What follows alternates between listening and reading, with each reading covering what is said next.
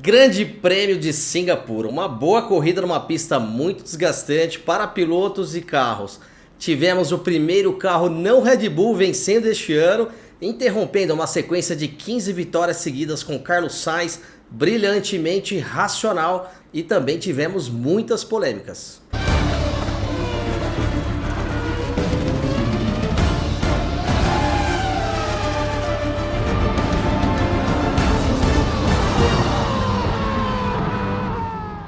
Largada. Estratégia inteligente da Ferrari em colocar Leclerc para largar com pneus macios.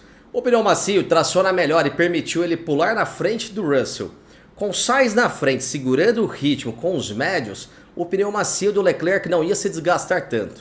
O pit stop de Leclerc. Na volta 20 entra o safety car para remover os pedaços do carro de Sargent. Todos os pilotos vieram para o box na mesma volta. Carlos Sainz faz um pit rápido com 2,5 segundos e Leclerc, que vinha atrás, faz um lento com 5,7 segundos.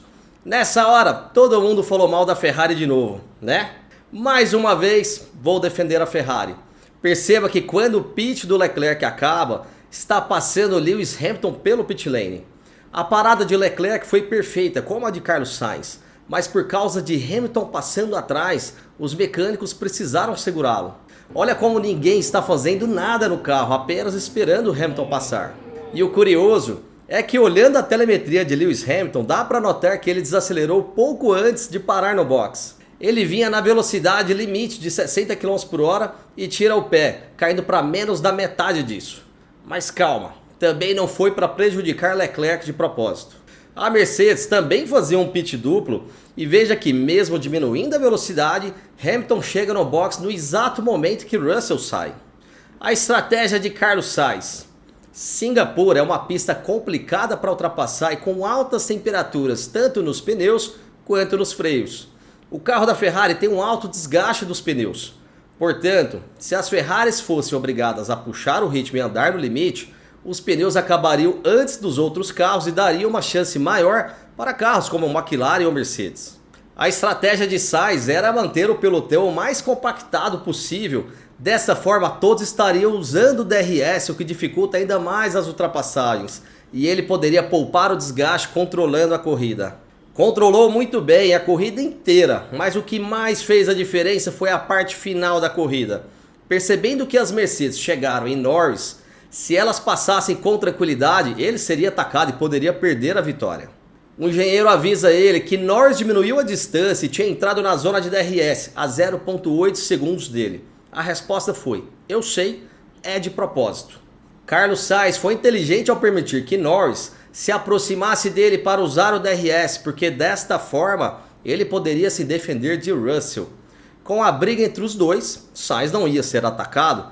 Genial! E como ele fez isso? Principalmente entre a curva 1 e 2. Essa é a telemetria da volta 56 contra a volta 60. Olha como ele espera muito mais para acelerar na saída, acelera menos entre uma perna e outra, e também na saída da 2 espera um pouco mais para acelerar. Só nesse trecho ele foi meio segundo mais lento que na outra volta. E ele fez isso nesse ponto da pista, porque na saída dessas curvas tem a faixa de detecção do DRS para a reta seguinte. Singapura é talvez a pista que mais desgasta fisicamente e mentalmente os pilotos. E é ainda mais incrível que ele consiga ter a frieza para pensar nos detalhes depois de 60 voltas. Na minha opinião, já está mais que na hora da Ferrari olhar para o Carlos Sainz com maior certeza de resultados futuros do que Leclerc. Eu sempre disse isso, Leclerc para mim tem mais talento natural e mais velocidade.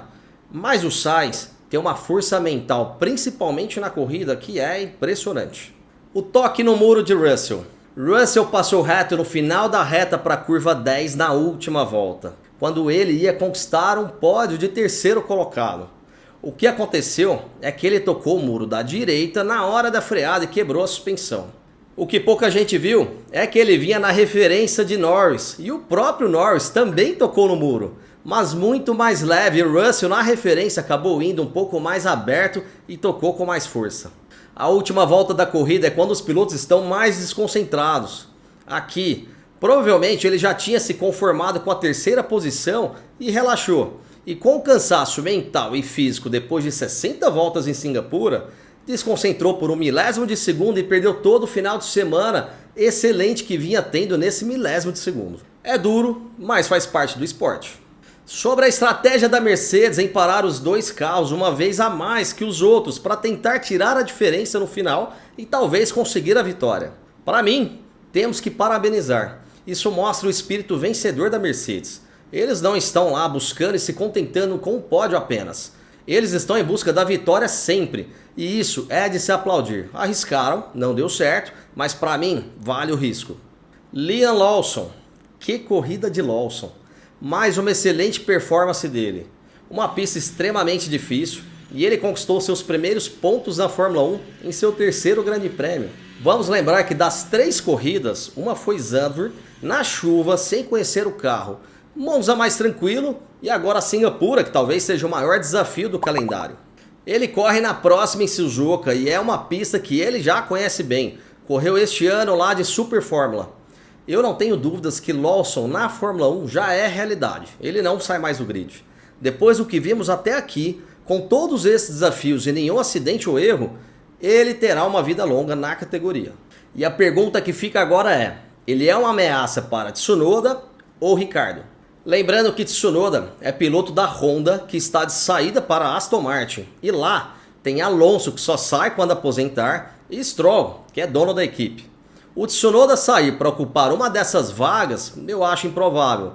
E não sei se ele aceitaria guardar algum tempo com o piloto reserva. Red Bull. A pergunta que todos estão fazendo agora é: o que aconteceu com a Red Bull?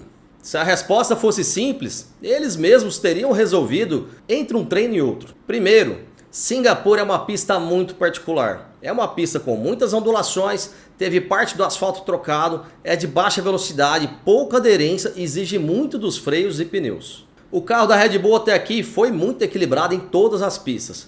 Numa pista muito diferente como Singapura, ele poderia até não ser tão dominante se de repente não casasse bem. Mas um desempenho tão baixo assim pegou todos de surpresa, inclusive eles mesmos. Outro ponto muito importante que muitos têm colocado como possível motivo são as TDs que foram reformuladas nesse grande prêmio. TDs significa Technical Directive, ou normas técnicas que vêm para esclarecer alguma regra. Em Singapura, 2 TDs foram reformuladas. A TD18, que fala quanto à flexibilidade das asas, e a TD39, que trata do assoalho. O regulamento diz que as asas dianteiras e traseiras têm um limite de flexibilidade, e essa TD18 especifica como deve ser esse limite.